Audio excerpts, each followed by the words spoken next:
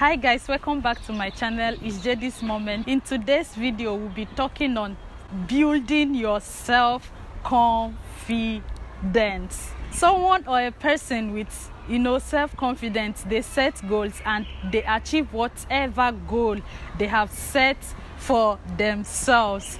And just to let you know, this is coming from someone, it took me a long time to build my self-confidence. It took lots of struggle. I failed and I failed. Someone with self-confidence, they predominantly love themselves. It's just the opposite with someone who lacks self-confidence. It's definitely the opposite. And self-confidence is a vital part of humanity. In order to build your self-confidence, you need to nurture and cultivate a positive attitude. Now, these are the steps in building your self-confidence. 1. Appreciating yourself. In building your self-confidence, you have to learn to appreciate yourself.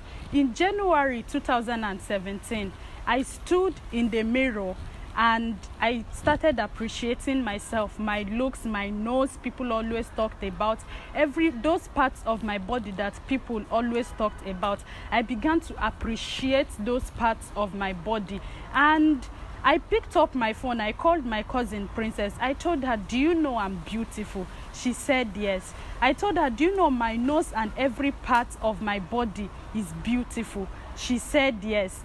And I was just satisfied with myself and my looks.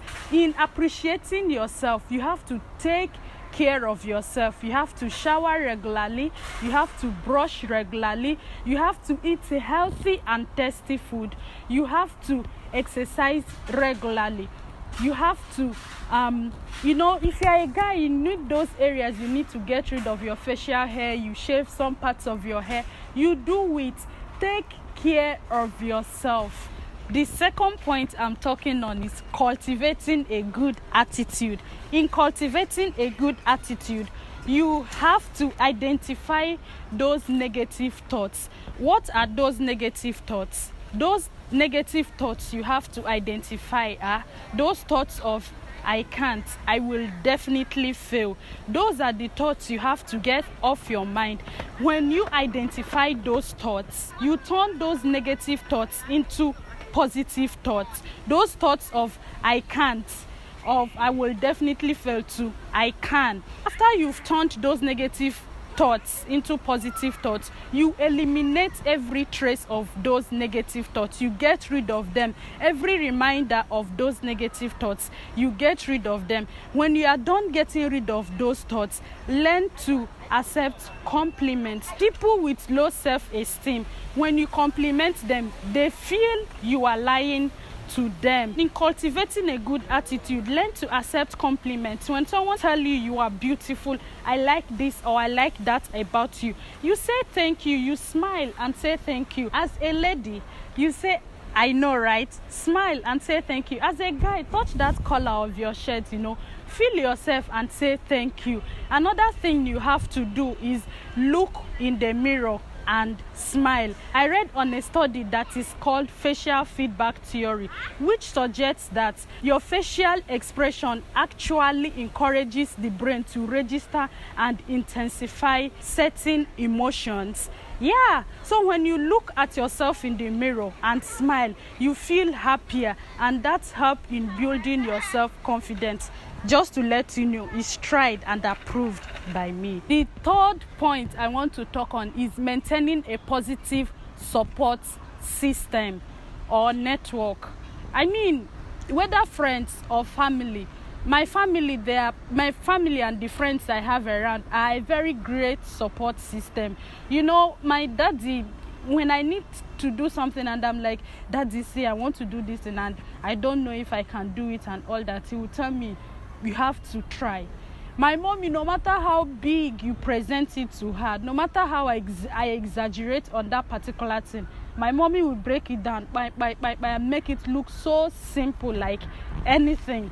Then how about my brothers? My brothers are the best. Shout out to you guys.